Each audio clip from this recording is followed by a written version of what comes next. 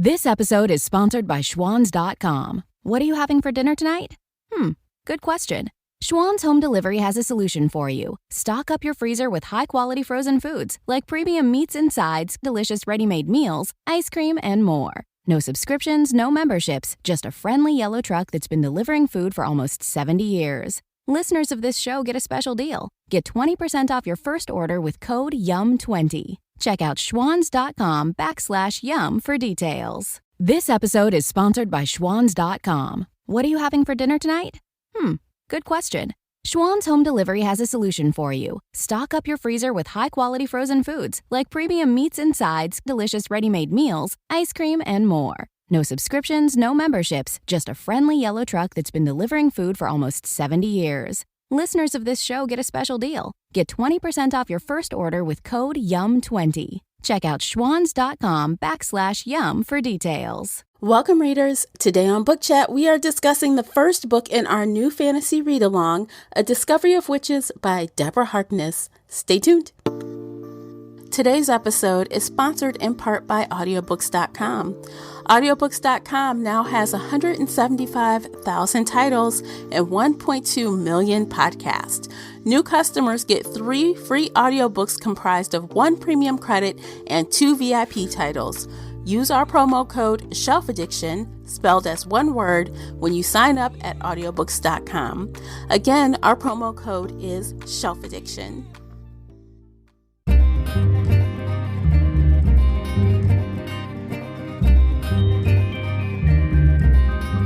Hey everyone, I'm your host, Tamara Ford, and welcome to Book Chat here on the Shelf Addiction Podcast. Participate in this book discussion by joining the Facebook group Shelf Addiction Official. Talk about the series with us there, as well as other bookish topics. I hope to hear your thoughts on this book discussion. As always, you can find the 3 of us on Twitter and Instagram. The links for everything are below in the show notes. If you enjoyed today's episode, please support this podcast by sharing it with some book nerd friends or on your favorite social media space. That would really help me out, and I appreciate you for doing so. The uncut video version of this podcast is available now on Patreon. Join us there for exclusive videos, including this podcast after show. We get even more candid with what we have to say. So if you're interested in that at all, you'll need to come on over to Patreon and sign up. Before we get started, I have to issue a spoiler warning. This is a roundtable book discussion, so nothing is off limits. You've been warned.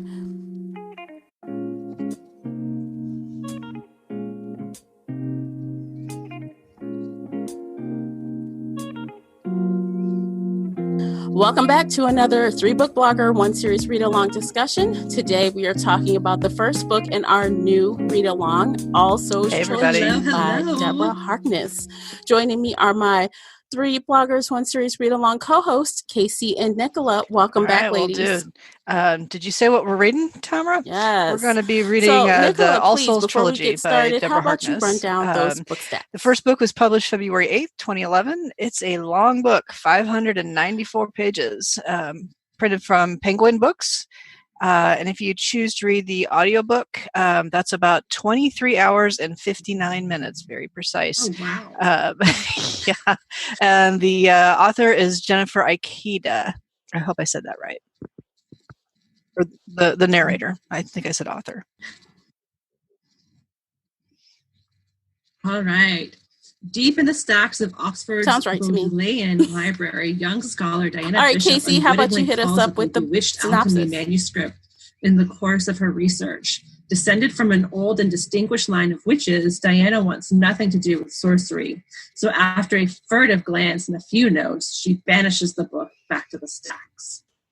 But her discovery sets a fantastical underworld stirring, and a horde of demons, witches, and vampires soon descend upon the library.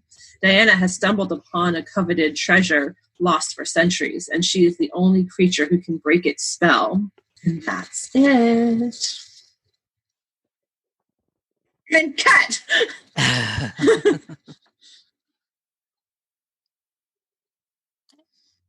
And cut. Okay. All right. So witches, this is demons. adult fantasy with time travel and magic and werewolves and I think demon is probably demons.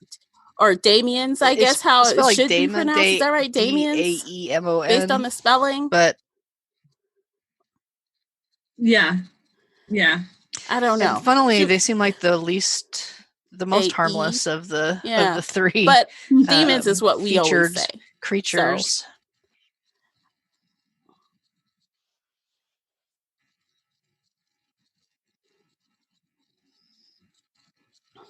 Yeah, they definitely do. I also, well, just to kick things off, I learned a little tidbit about Deborah Harkness, and I learned that she too has a favorite season, and like me, that is fall. Mm-hmm. So there is no mistake. It was by design why this book started in the fall time. Yep. You know, so there was a lot that happened in a short amount of time. Were present. It starts at the beginning. I think near the end they said Halloween this is, it's been 40 days, right? So it starts in September, and the last chapter ends on Halloween evening. Mm-hmm.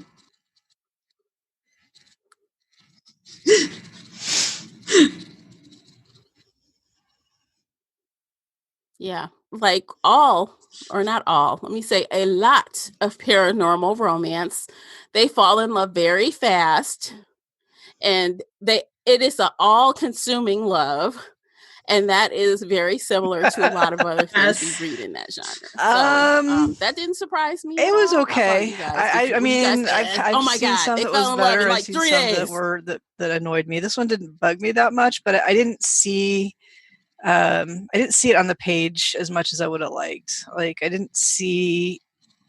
There was doubt in my mind about the chemistry, right? Was it an enthrallment? Was it something supernatural, or was this a real, like, human, like, falling in love connection, or was it something different?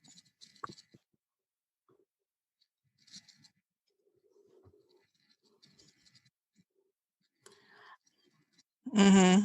I think it was like a fated love, because later in the story, man in shadows, the mother had seen Matthew in a vision. So she'd seen, her dark knight or dark prince or whatever. Man in shadows, yes. Yeah. So I'm like, I feel like it was more fated love than he crawled in through her window and watched her sleep. Love. I think that's why they fell so hard. Can we not? Can we stop that trope? Please? Please, can we stop that trope? It's creepy. That is very weird. She treats it later as creepy, weird. Right? She doesn't think, oh, that's romantic when she finds out about it. She is unhappy. Thank God. Right? But still. So yeah, Yeah, she does. I mean, I felt like this story had more elements of horror than a lot of the urban fantasy that I'm used to reading. It definitely had like some really creepy shit with the vampires and the witches both. And so it felt like very supernatural to me. It didn't feel like a normal affair. You see?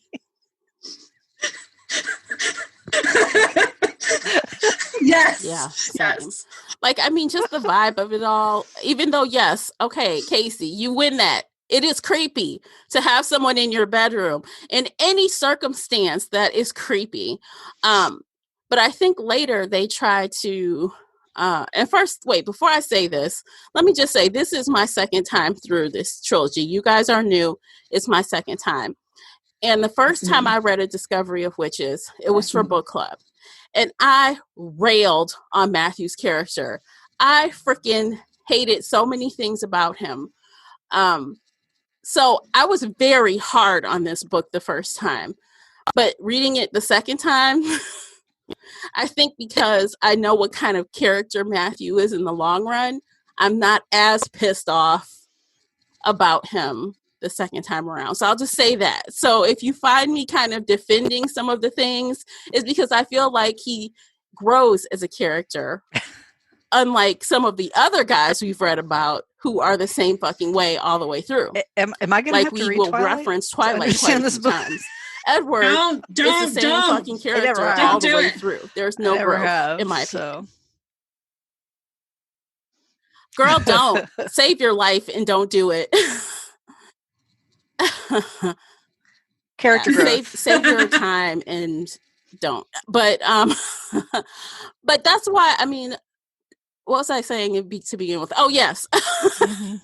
Right. So later on, like they express very clearly again and again, it comes up again and again. He is a predator. He chases what he wants. He stalks, he hunts, he does he's a predator. And so he acts like that, even though Diana knows you're not going to hurt me.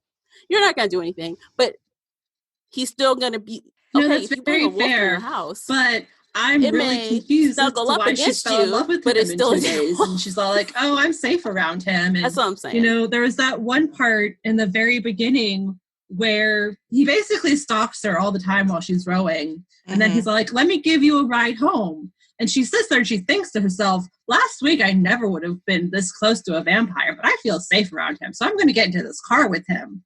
And then he sniffs her. And she's like, are you sniffing me? And he's like, yeah, because you smell good, but it's okay. We're safe. And she's like, yeah, we're safe. And I'm like, what the fuck? You just said a week ago you'd stay away from him, and now you're just like getting in a car with him? Why?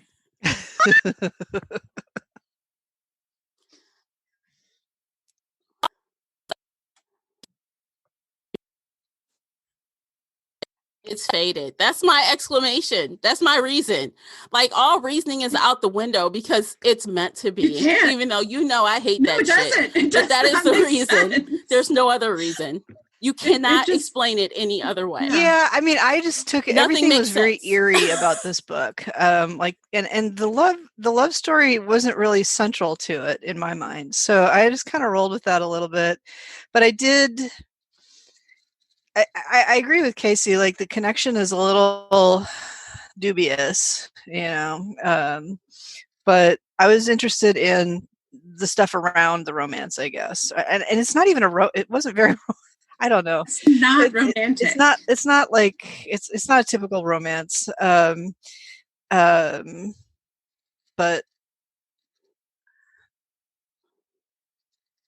no.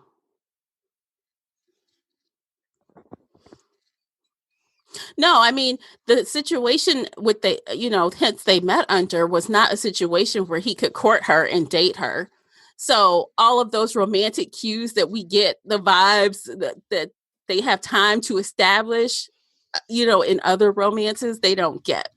So it's like, it is unusual. And you don't really feel that, well, at least I didn't really feel that connection with them until like the end of the book. Like the end of the book, I started to feel like, well, I mean, I think the safety thing comes from him protecting her from legit. The other witches. Like at the end, Jillian I felt that, but not early on. I mean, early on, the dude, I forget his name, Peter Knox. Yeah, so they were very threatening to her, and at the point where she realizes that Peter Knox and Miriam are protecting her. I think that's the beginning of the trust situation for her. Like, I didn't get that at the beginning. Like, there was all this talk about who was sitting where in the library, and when I finally figured out that, he's protecting her, I don't know if that was super obvious right at the beginning.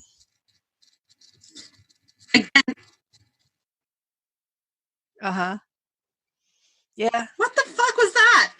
And everybody was there. Yeah, not only that, and then when they went to the lodge for yoga and like creature yoga, like she'd never seen, right? Like she'd never seen, witches and vampires and demons together in the same room doing an activity together without killing each other. So that was like she never, herself had that been opened, avoiding a new door for her, like a possibility that she never even because considered she doesn't want to do before. Magic. Which made her more open. Even though she kind of was doing magic. Kind of ish, maybe. Was she? I don't know. Yeah. It was. She lifted a book off a shelf. Oh, she was doing magic. But the thing about her magic, okay, so let's... Which is annoying.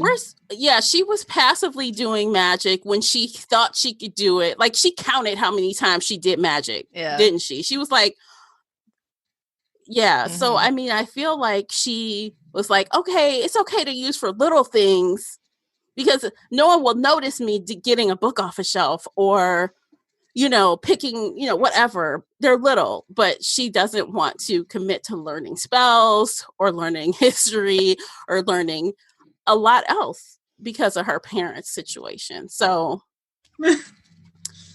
I don't know. It's like, and the way they explained her magic was interesting, but I guess,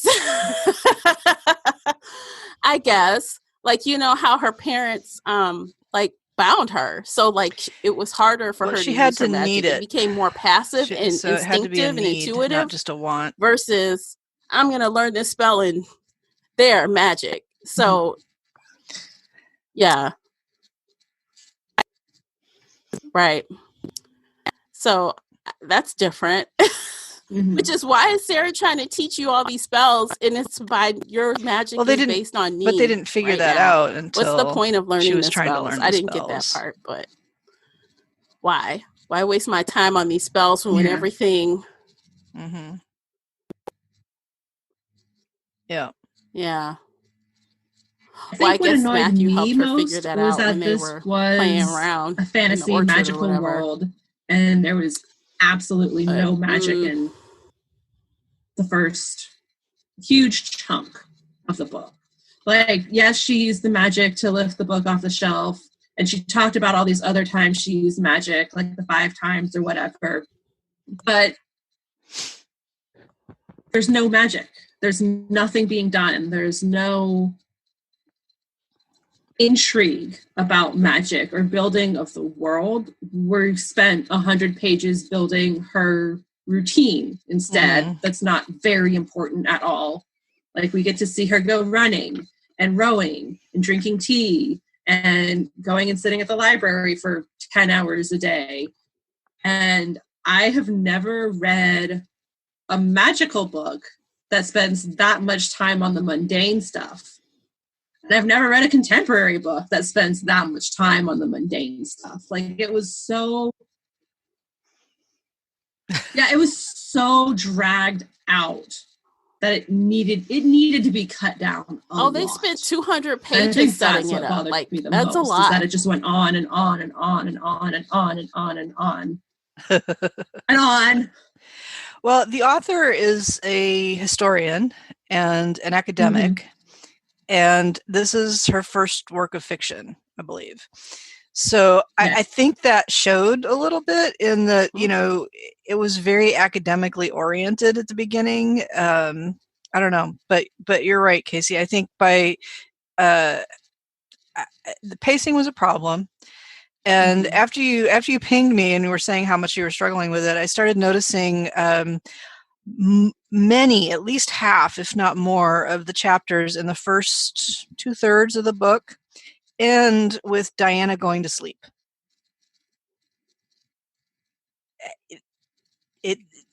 She's going to sleep, and when you end a chapter by putting your characters to sleep, you put your readers to sleep.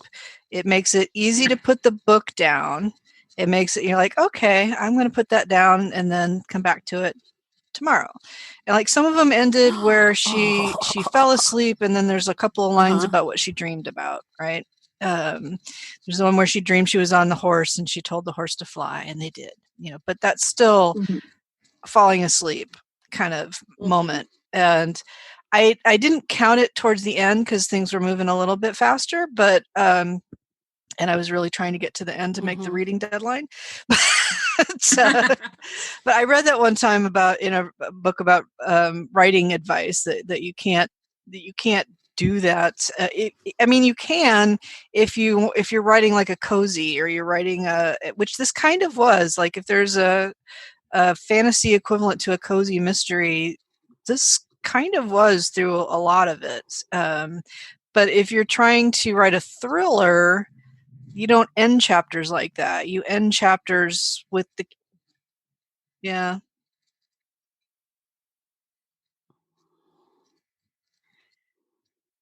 Which might be part of the problem. I don't think it was either. Like, I don't think the author was shooting for I didn't know what to expect going into it, shooting but for cozy. I did like it better after the kidnapping. I think things moved a little better after that.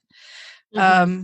I was annoyed with that page where she kisses him goodbye and says, "I'll be back before you even know I'm gone." I'm like, oh, she's going to be kidnapped.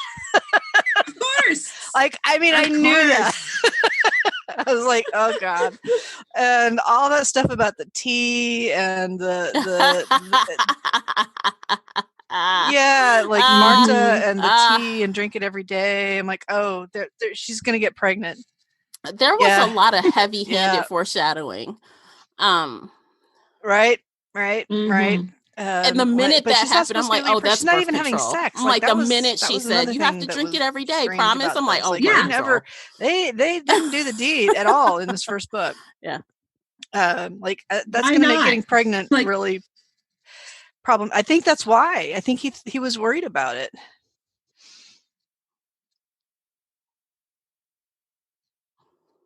Right.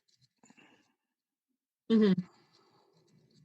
Because of the Accords, he knew about it, although Diana clearly didn't know about it, right? She didn't. Well, and he once did. they were married, and again, that's another reason why Diana should have been more pissed at him, because that is the reason why he was holding off. That he doesn't believe that. Vampires time. Can't procreate, right? That was taken as a as a immutable fact, but still, he seemed like he was still kind of worried about it. I don't know. That's what they believe.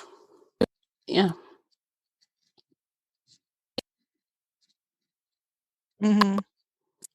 Yeah, I think maybe it had to do with all of the oddities found in her DNA. Like, there were open questions throughout after they started testing her DNA. Penetrative sex. So I guess maybe because he didn't know everything, he didn't want to risk it. I don't know. But it was weird.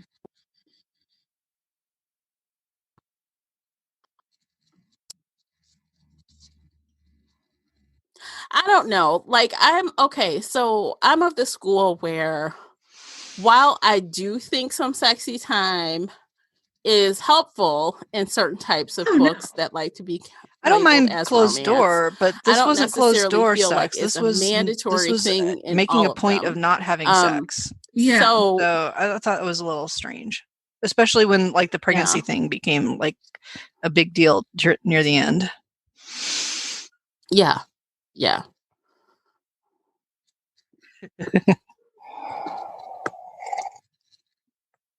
So that makes me wonder. So when you become 1,500 years old, maybe sex isn't as important to you anymore. Yeah. I mean, you still like it, but it's not priority.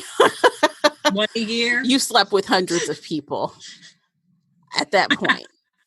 Come up, probably thousands of people at that point. How important is it? Okay, but 1 year is a lot. Let's think about how. I mean, our if you had 1 year, right shit, here. Like, nah, that's no, 1,500 women and men or men.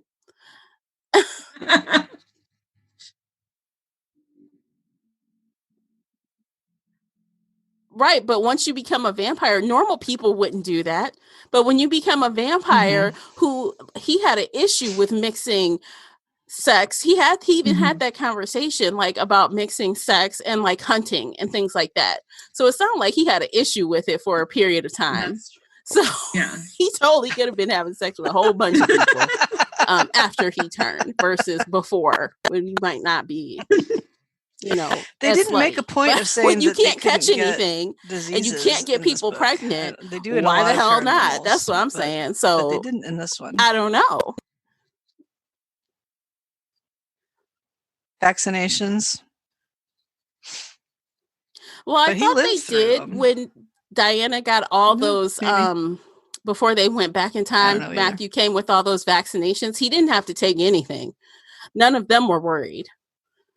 Oh, maybe. I don't know. Yeah. But they made sure to point out the fact that she needed all these, 18 or 19 vaccinations or something crazy. It was a lot. Smallpox, all kind of stuff. Yeah. She was like, I don't want to be shot up with that stuff. And he's like, well, when you have this and you got lockjaw, then we'll talk. You'll be sad you didn't take these. Yeah, Diana Gabaldon made a big point of that real, too in Outlander. I guess if you're going back to 1590, when the character, we do need explanations that so we the character don't need goes today. back and forth between the 20th century and the historical times several times, and when she deliberately goes back the second time instead of accidentally the first time, she does make it a point of trying to figure out, how to bring antibiotics back. And there's a lot in the whole series about her trying to find a way to create antibiotics, penicillin with the bread. And yeah. I watched the first season. I was a big fan of the books, but I saw it on the show. I didn't read the book, but I saw really it on the violent. TV show. And we got to the end of the first season where I knew Jamie was going to be tortured, and I was just like, I don't want to watch this, and I stopped watching. So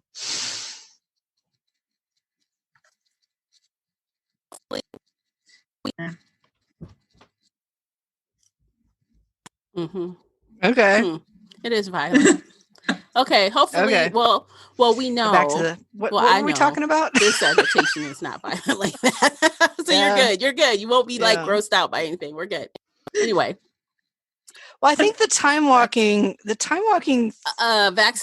To Casey's point a little bit, I don't know what led the magic to that, though. stuff anyway, all got kind of dumped in at the end. And the time walking really was at the very, very end. Like, it was in the last 100 pages.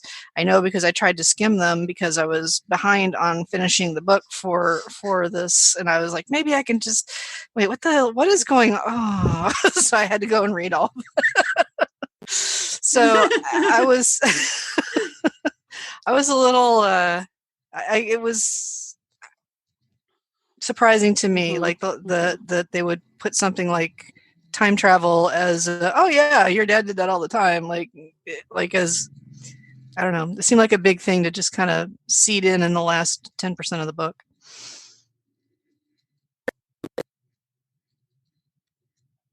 Sophie. Yeah, well, also, what's her name? The demon that was pregnant, her father or her mother. Yeah, she did it as well. Because she would say, oh, he used to always go back, or her mother used to always go back, and she came back with great ideas for her pottery. So apparently, it's not so obscure to time walk or time travel. After all, Sophie was a weird character too. Like, we got two people in the same room that have parents that have done it. So I don't know. She's a little off. Yeah, she kind of was confused about who was what. And I'm sure having a witch baby inside of her that helped Nicola, her see things didn't help. Nathaniel showed up. Which was another thing. Like, so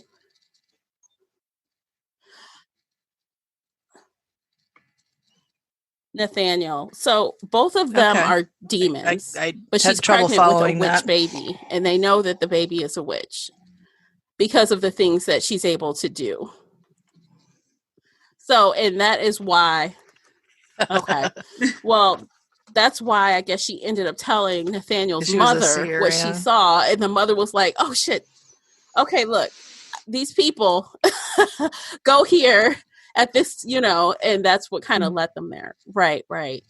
So that's when I think the story opened up more when they came on the scene, because it's not about simply, Diana and Matthew anymore. It's not about them two trying to be together. It's way more than that. And I think that is going to be more interesting to open up the world like that going forward. It's not just them two. I feel like against the world. It's like we're doing this for something bigger than us, which makes more sense to me than just these two. Because it was too focused on Diana and Matthew, because like you said, they were just thrown in at the very end, and all of a sudden, like, oh yeah, of course we time travel, and of course she's a demon pregnant with a witch, and of course, like, this is what you need to do, and okay, the book's over.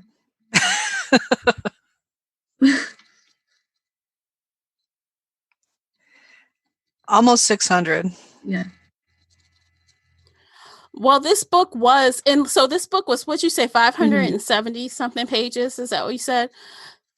So when I looked at, because I was trying to figure out where Casey was in the book, she was under 200 pages. Yeah. And it looked like it was around 210 or 207 or something like that was when they left London and went to France. To me, that's where things started, is when they went to France. So that 200 pages out of 600 is a good chunk. Okay, that's a good chunk of the book. And it felt like walk, walk, walk, walk, run.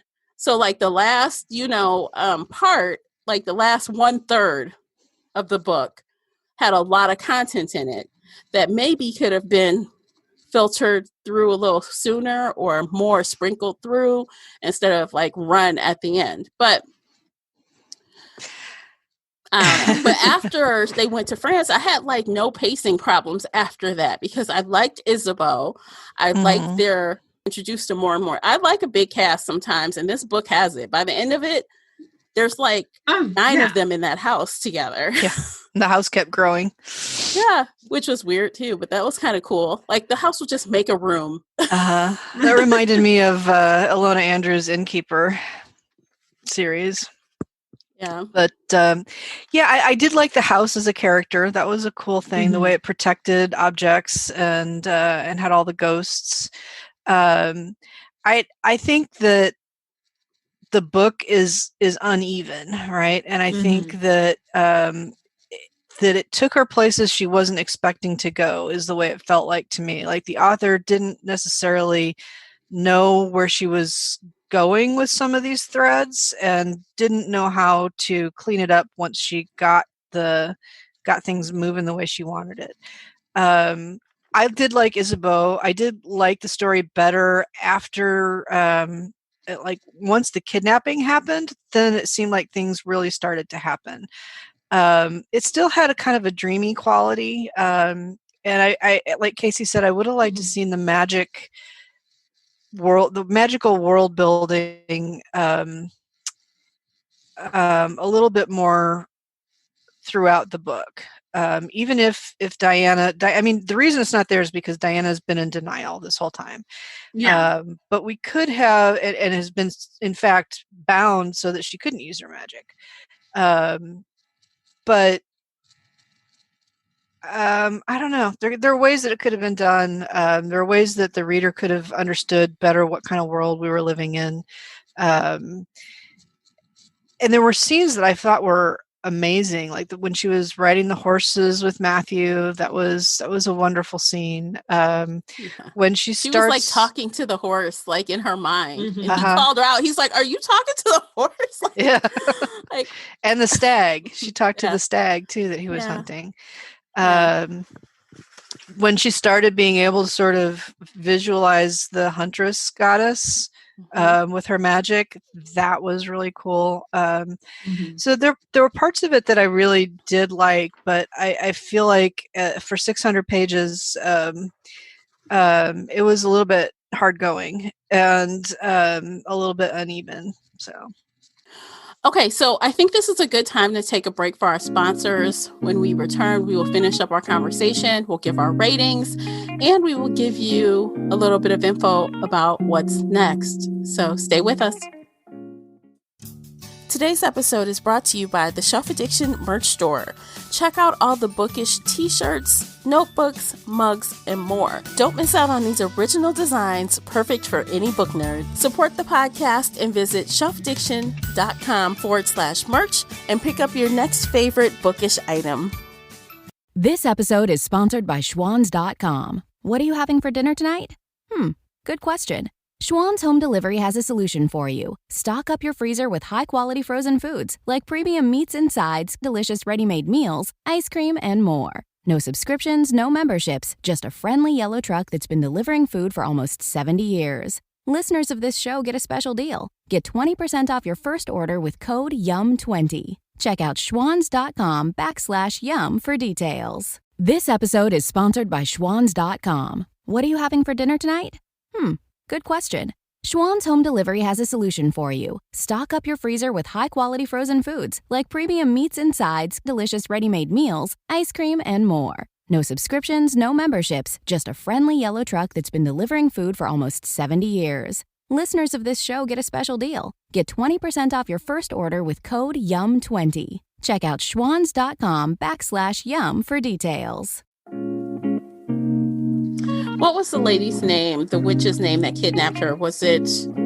What was Satu? it? Satu, yeah. Yeah. Satu, right? Satu? Okay. Yeah.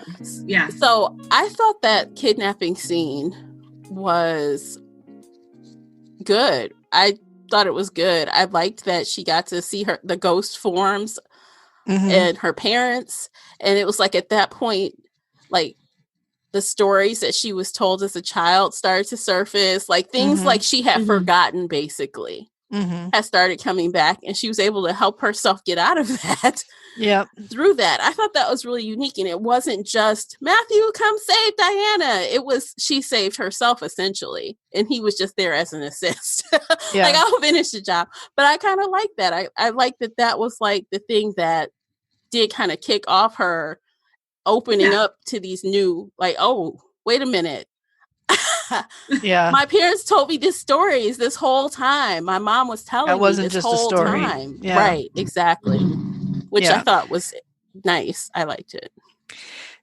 One other scene that I really liked, I think, was Matthew's brother when they came back to the United States, and she was, healing, and Matthew's brother that he somehow doesn't like for some reason, kind of talks to her about the Queen's Gambit, and I think that really, I would have easily fallen into that. Okay, she's kind of safe now. She's surrounded by people, but I really liked that he planted that seed of, no, this is just the opening move. And it really, I think, added to the tension, even though it was just a brief scene. It really influenced like the last third of the book. Oh, for sure. And of which Matthew hated that he told her that. It's like, come on. Like, why wouldn't you already know, she is strong. Like, you're seeing her do these things. You know that what is in there, right? Yeah. But why would you try to shelter her from the real deal? Like, when it comes down to it, she's going to have to she carries the load here, okay? She is doing the work. She is protecting. She is carrying you back and forth in time. Everything, like, so why would you want to keep that from her? So that was one of my issues I had with him. I'm like, come on, Matthew, get your shit together. He kept a lot from her. He did. Yeah. He did. And it was really annoying. Like, every time he did it, it was, okay, come on, Matthew. We've been through this before. Just say the words. Like, just say it. And he like wouldn't. With her DNA, even when Marcus came and said, look what I found, you gotta, he's like, okay. And he's like, you're not going to tell her, are you? He's like, no. And he's like, what? He's got to know. And it's like, I'll tell her when the time is right. I'm like, well, who says when the time is right? It's like, that's what she needs to know that. Yeah. Who gets to decide that? Right. Exactly. A 15-year-old guy, 100-year-old guy who thinks he knows everything. That's 1500.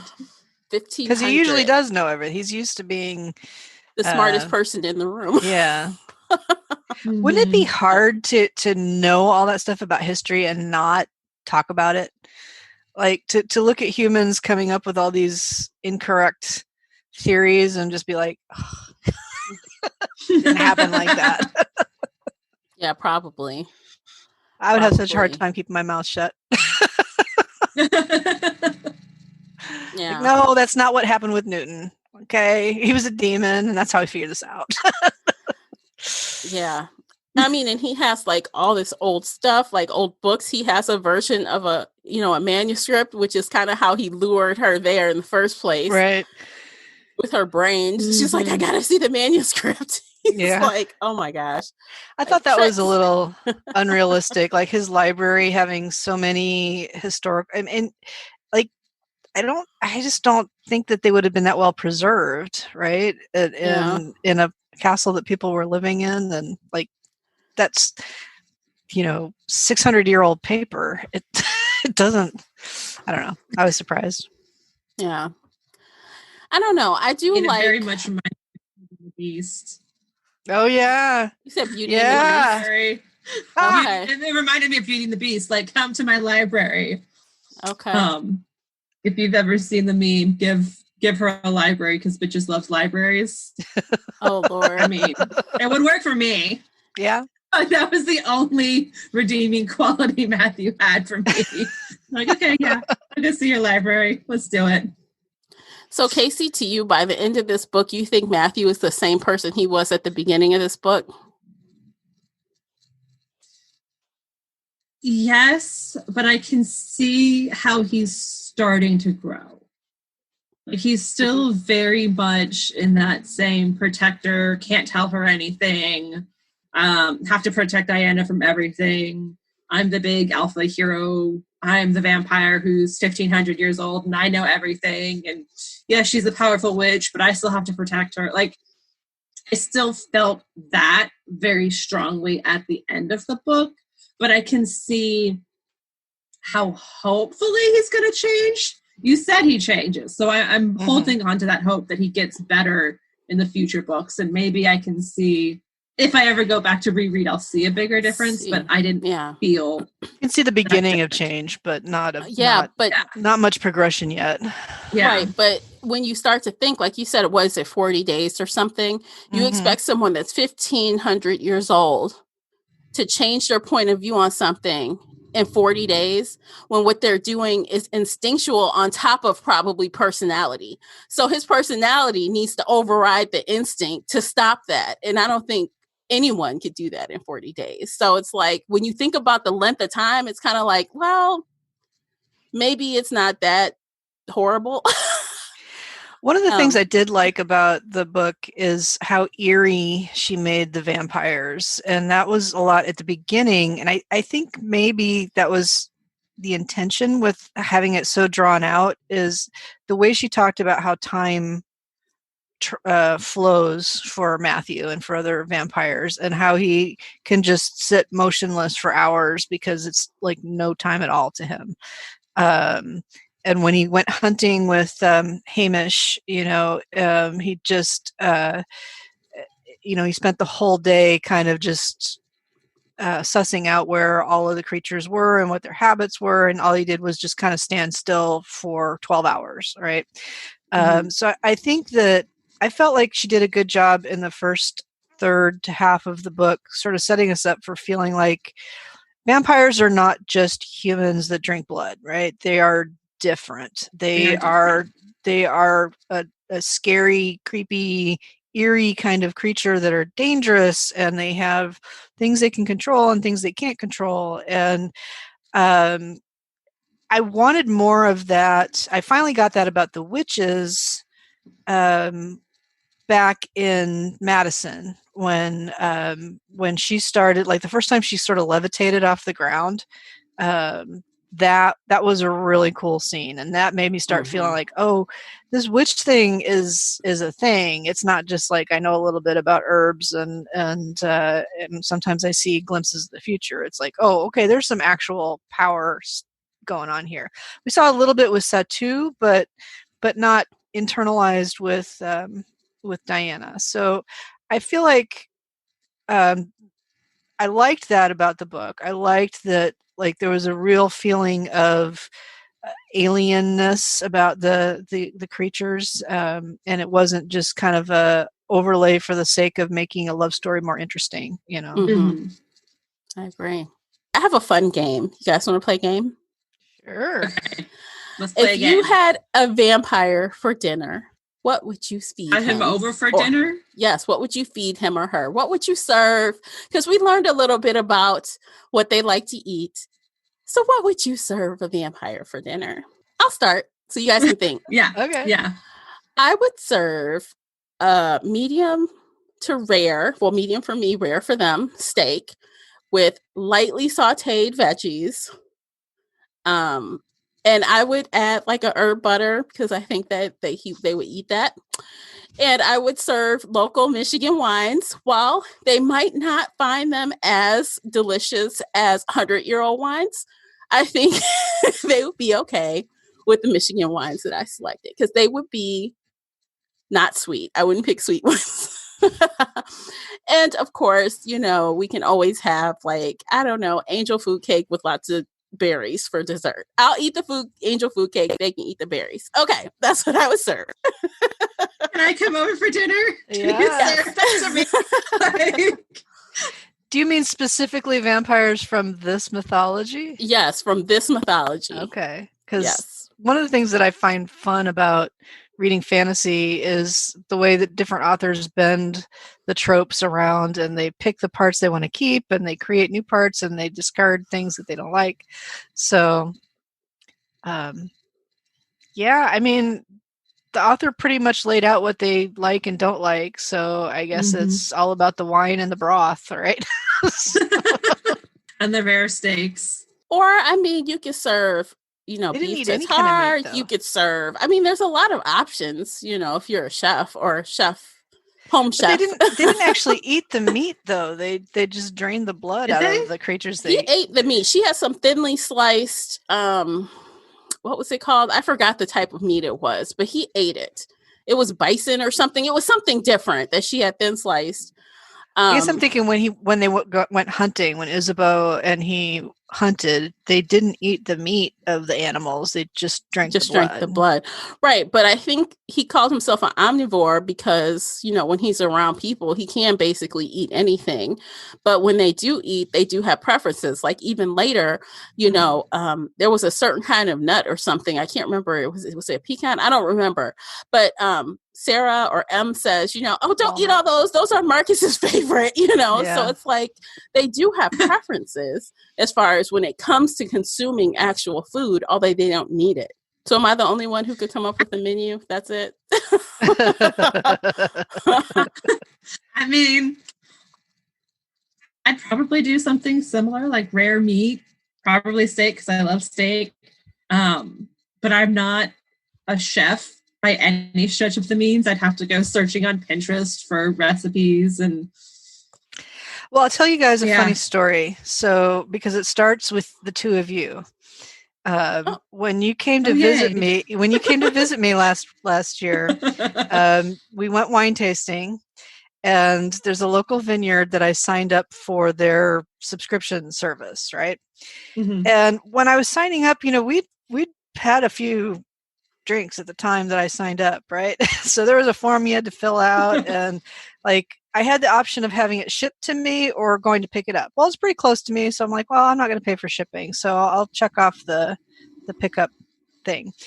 Well, time passes, and they say, okay, your wine is ready, and I'll get to it next week. And I at one time thought, well, maybe if I don't pick it up, they'll just ship it, Anyway, long story short, a lot of time went by where I didn't pick up the wine. Uh-oh. And so finally I saw an email on a day that I was out and about. So I went up, and they have curbside pickup because of COVID. And I didn't get out to there. I thought I would spend time out there this past spring and summer in the tasting room with friends, because that was part of the deal. And of course I didn't do that because of COVID. Mm-hmm. So anyway, I went out a couple of weeks ago to pick it up, and I called them first because then they take it out to their pickup spot, and they kind of went, oh, you have a lot. Oh, snap. I was like, okay. So you guys, I went and picked up 20 bottles of red wine. Oh, wow. And then I had to find a place to put it in my house. Oh, they're like, oh, this is your orders. Yeah, okay. yeah. So, because it's 4 bottles of wine 4 times a year, and I hadn't gone for a year. Oh, wow. Wow. So if Matthew came to visit me, I would just be like, here, drink some wine. Drink all the wine. Here's 20 bottles. Yeah, it's local. It's pretty decent. It's 2 whole years old. So. That's awesome. So you have the gambit of wine to pick So I have a lot of red wine in my house right now. Yikes. If that happens again, tell them to ship some to me. I'll take it. Well, I am prepared for a visit from Matthew. Okay. Yeah. Good deal. All right. Well, anyway, I just thought that would be a little fun thing to talk about, because I did think it was interesting that she paid so much attention to their eating needs. It was a very I liked that scene where she's put so much thought into what she was going to serve him. There's a very there's a lot of books where, like, preparing food for somebody and serving them food, it has a lot of meaning in their sort of courtship rituals. So I thought that was kind of nice. I mean, even Matthew was kind of taken aback by how much work she did, and he was like, "It's been a long time since someone cooked for me." Mm-hmm. That was cute. Like, that was her date. She thought it was a date. It's date night. Yeah. She gonna cook for her man that she don't know is her man. That's what she gonna do. But anywho. Oh, I thought this was really interesting at the end of the book. Did you guys notice that the whole book is pretty much from Diana's point of view until the end, the very last chapter, because she's gone. She's in 1590. That last chapter where Sarah and Em come back to the house and they're like, oh, they're gone. I really like that ending chapter because it was like, I don't know why. I just really thought it was really cute how they came and they found the note and it showed Sarah had feelings. Yes. Yes. I just thought that was adorable. I'm like, oh, there they go off into their luxury camping RV to go camp. And they have a happy, they're together. They drive off into the sunset. Yeah. I'm like, oh, that was cute. I liked it. It was a cute ending. But it kind of detracted a little bit from them abruptly going back in the time. If it ended with them going back in time and the book just cut off right then, that would have felt more like a cliffhanger setup for book 2. But the fact that, there's this extra chapter where everybody has to sit around and talk about it. It was cute. It was cute. I will give you that. But it felt like too much icing on top of the cake. Again, it felt cozy to me. Like they're going for a little, not for the cliffhanger, not for the thriller, but for the cozy feel. Mm-hmm. If it ended on the last page where they took the step together, I think I would have been okay with that too. Yeah. It just ended with them stepping off. I would have been much more okay, now I want to read book 2 because what happened. And what happened. I don't know, Casey. I don't know, Casey. You get into book 2 and you realize again it's written by a historian, and you're in 1590, and you have all these descriptions. I don't know. Okay, so maybe I won't enjoy it, but I would have had that initial okay, let's pick it up. I'm excited in this moment. Mm-hmm. Well, I do feel how the book ended.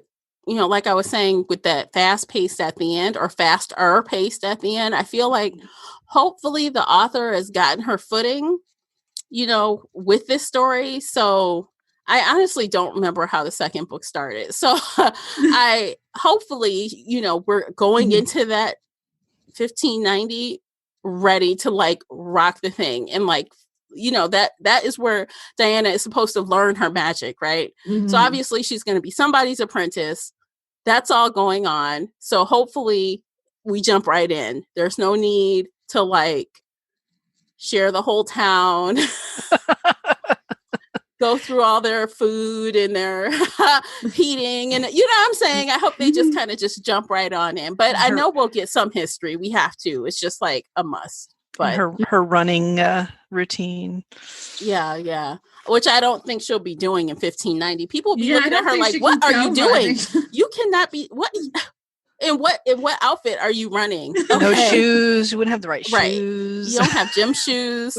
I'm she couldn't even take underwear.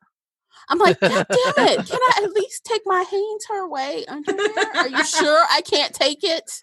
Okay. They just show up wearing underwear, basically. The linen, loose linen shirts. Yeah, a night smock or something, basically. That's uncomfortable.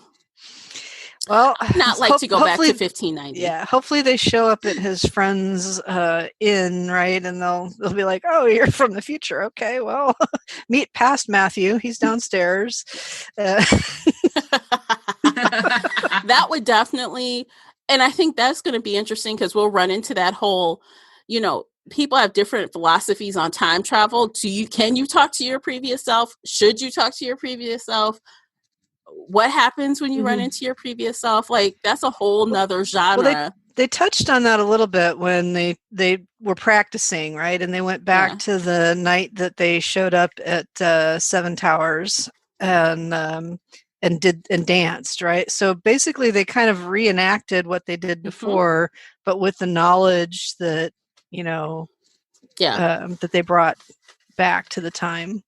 Yeah, they didn't clue in Isabeau and Mark, but I don't know. But this is different, though. They're going so far back. Diana is not, she's never been there. There's no... Right, but he has. He has, yes. So, I mean, you've read it before, so you know what's going to happen, so...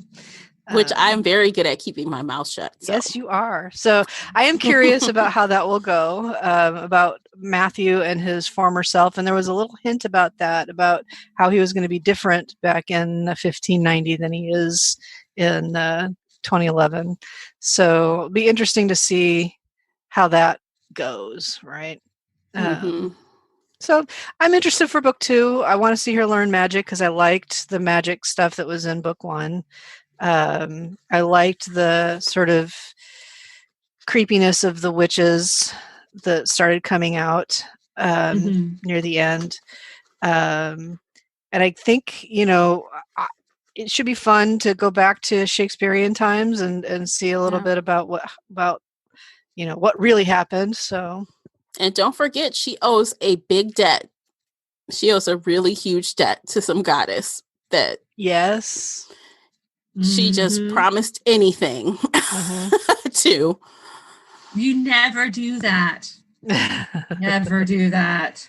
Yeah, and Em was the only person who saw the goddess on that, that day. And she's like, "Oh my God, what did you do, Diana?" The tree, the poor tree. The tree died. Yeah. She needed the life from somewhere, and she didn't have enough inside of her. So, sad. You got to pay that back. See, that's another thing. I'm like, Matthew, you don't understand. You owe me a lot right now. A whole lot. Anyway, so are you guys ready to rate it? Or do you have a couple more topics you want to cover? I think we can wrap it up. I mean, I could. Yeah, let's wrap it up. Okay. Nicola, there's always more we could talk about. But Nicola, would you like to kick off the ratings? Yeah, I struggled a little bit with the pacing and the length. It was just very long, which pushes it more towards the 3. I think, I'm willing to go along and hope for the rest of things to get more interesting, more exciting. So that makes it, makes me lean towards maybe a 4. So I would say, I got to come down somewhere like a 3.5. If you're going to be strict with me, I'll have to say a 3. Okay. Because honestly, with your side commentary, I could not tell if you actually liked the book. I'm very on. I feel like it's going to depend on how the next book goes, right? So if it goes well, I'll be like, okay, that was a decent setup for this. But if it's another like really draggy one, I'm like, oh, okay, I should like that's enough of that. Yeah. Okay. Casey, would you like to go next? So if I had been reading this book for fun, I absolutely would have put it down and walked away like 100 pages in. Like, I was done with it.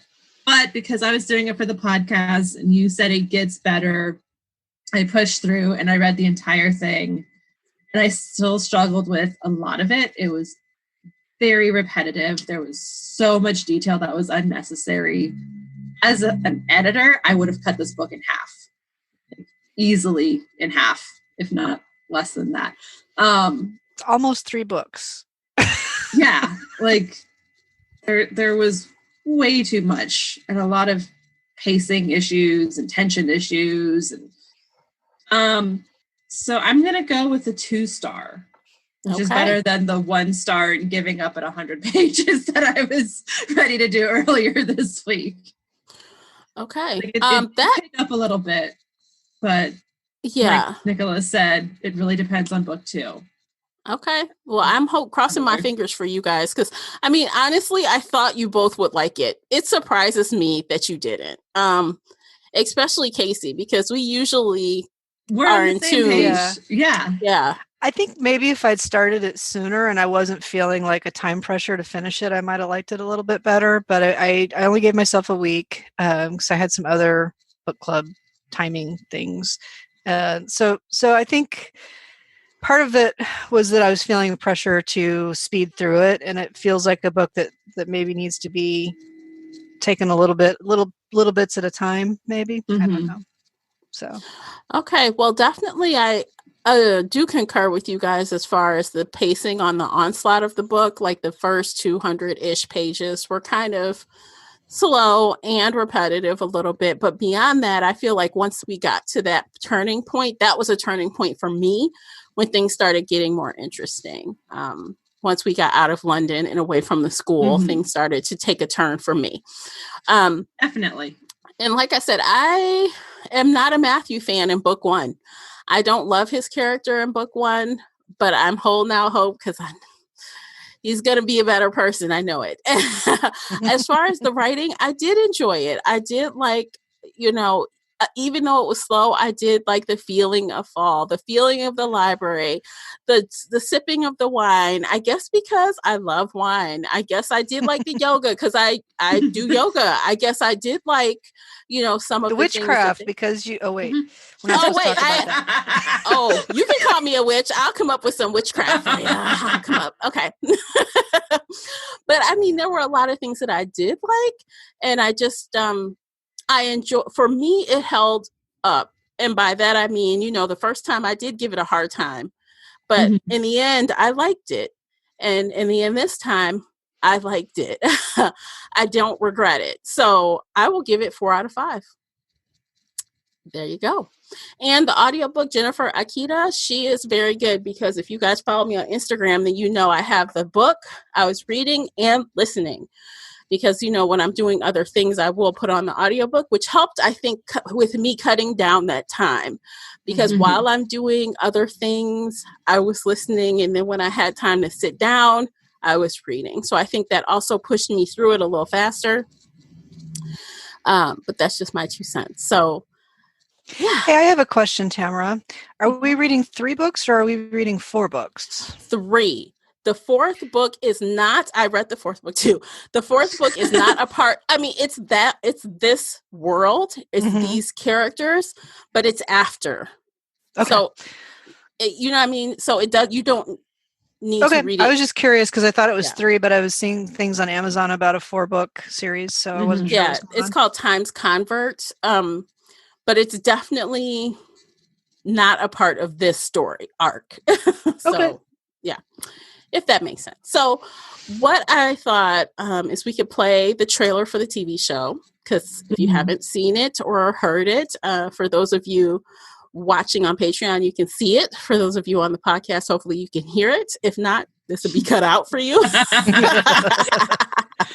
Or I'll try to insert it another way. And we're going to watch this trailer, and then we're going to talk about what we're going to do after watching this trailer. So here we go.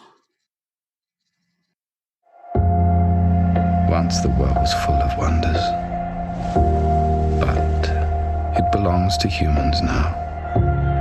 We have all but disappeared. Demons, vampires, and witches, hiding in plain sight. Professor Claremont, you're a vampire. You're a witch. To determine what's happening to us, we have to understand our beginnings. The book. I've been looking for it for over a century. If we witches have the book of spells, it could change everything. You need to be careful. Is that a threat? No. It's a warning. It's not about the book, is it? It's about her. covenant forbids interspecies relationships. Are you seriously considering endangering our family? For which, if you do, it'll be war. I don't get to choose who I love. If we were allowed to come together, there'd be fewer problems. Can't you see the danger you're in?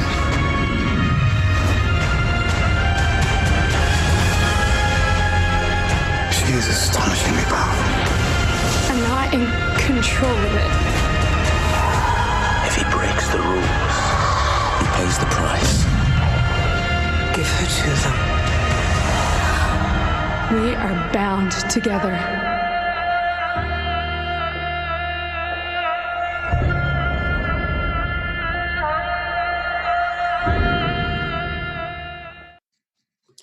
All right. So I must say that looks good to me. It does. I'm feeling it.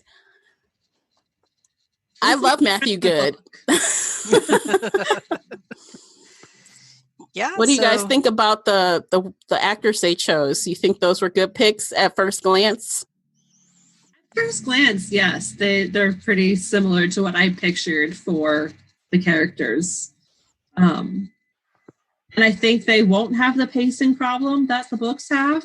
So that's a huge plus in my column. Like, yes, let's speed through all of this and not, repeat all of the running and rowing. And even though they were showing it, it looked like it'd be a quick snippet and a not montage. Yeah, let's just montage it really fast in 30 seconds instead of 100 pages. Well, I am curious though, like and this is a thing with adaptations, when they try to make it for a movie or a TV show, they do bring things down so that people who haven't read it aren't bored by it, right? So with that, sometimes they can be heavy-handed with the exposition. You know what I'm saying? Like, here you go. Here, let me, tell you or narrate to you everything that's happened. So I'm curious to see how they deal with that. And I also, at first glance, it seems like they've changed some of the characters to be people of color, which I love. I'm down for it. I think it looks good. And I can already tell some differences, like with how Diana handled that book. Very different already from the book. But I'm down for it. I'm cool with the changes. I mean, I want to see how it's going to be and if we're going to like it. And I really hope Casey likes it. From that preview, I like it better than the book already. Yeah. So I was just looking on the IMDb to see who is cast as who. So Matthew Good, you guys probably, if you ever watched, what was he in? I don't know. He's been in a bunch of crap, but I really like him. Every time I see him in something, I'm like, okay, I'm down for it. I think he's going to make Matthew more appealing to a lot of people. And what's the woman's name? I like her too. Teresa Palmer. Something. Yeah, Teresa Palmer. I like her as well. She definitely looks like Diana to me. Oh, yeah. Yeah, very kind of waspy. I'm trying to see who the black character was, and I can't tell from these tiny thumbnails. Let's see. I'm going to open up the IMDb page, too, and take a look. So Juliet was the black woman. What's the black guy? I bet it's What's-Her-Face's husband. I bet it's Nathaniel. I bet you it is. Let me see. Where's the guy at? Yeah, I don't see him in the... Well, he didn't come in until the end, so he's probably at the bottom of the list. Unless they introduce him much earlier. I don't know. There it is. Daniel.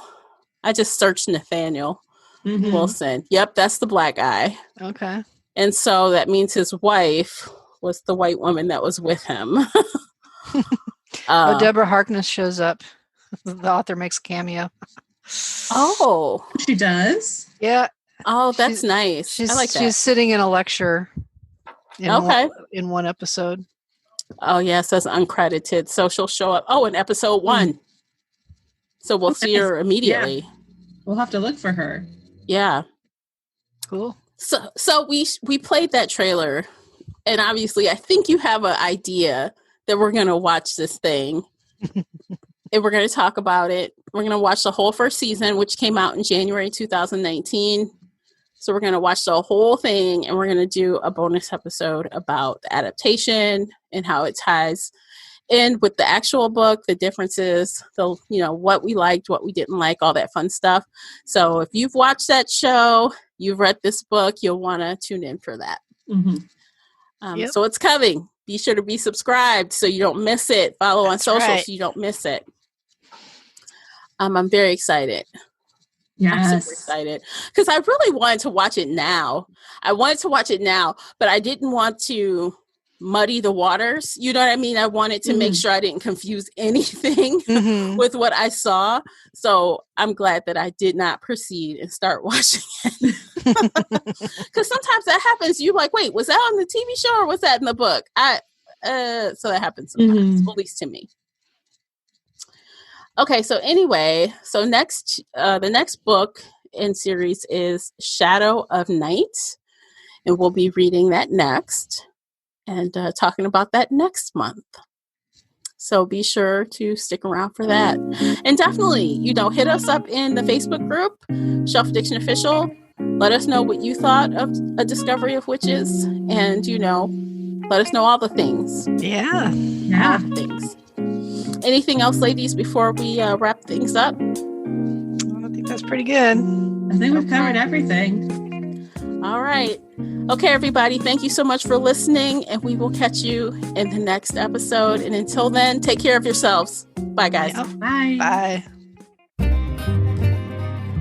If you enjoyed today's episode and would like to show your support, there are a few things you can do. Head on over to Apple Podcasts and leave a positive 5-star review, or like this episode on your favorite podcast player. It seems so simple, but it really helps me out. You can share this podcast with other book nerd friends or on your favorite social media space. You can also join the Shelf Addiction Patreon family. For as little as $2 a month, you will help us produce even more awesome content for your ears. You can also consider joining the Shelf Addiction Official Facebook group, where we talk all things bookish and more in a safe space. The Shelf Addiction Podcast is a part of the Nerdy Maven Network.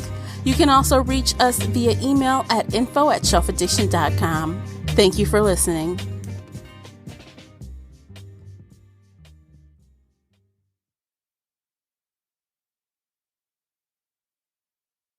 This episode is sponsored by Schwans.com. What are you having for dinner tonight? Good question. Schwann's Home Delivery has a solution for you. Stock up your freezer with high-quality frozen foods like premium meats and sides, delicious ready-made meals, ice cream, and more. No subscriptions, no memberships, just a friendly yellow truck that's been delivering food for almost 70 years. Listeners of this show get a special deal. Get 20% off your first order with code YUM20. Check out schwans.com/yum for details. This episode is sponsored by Schwans.com. What are you having for dinner tonight? Good question. Schwann's Home Delivery has a solution for you. Stock up your freezer with high-quality frozen foods like premium meats and sides, delicious ready-made meals, ice cream, and more. No subscriptions, no memberships, just a friendly yellow truck that's been delivering food for almost 70 years. Listeners of this show get a special deal. Get 20% off your first order with code YUM20. Check out schwans.com/yum for details.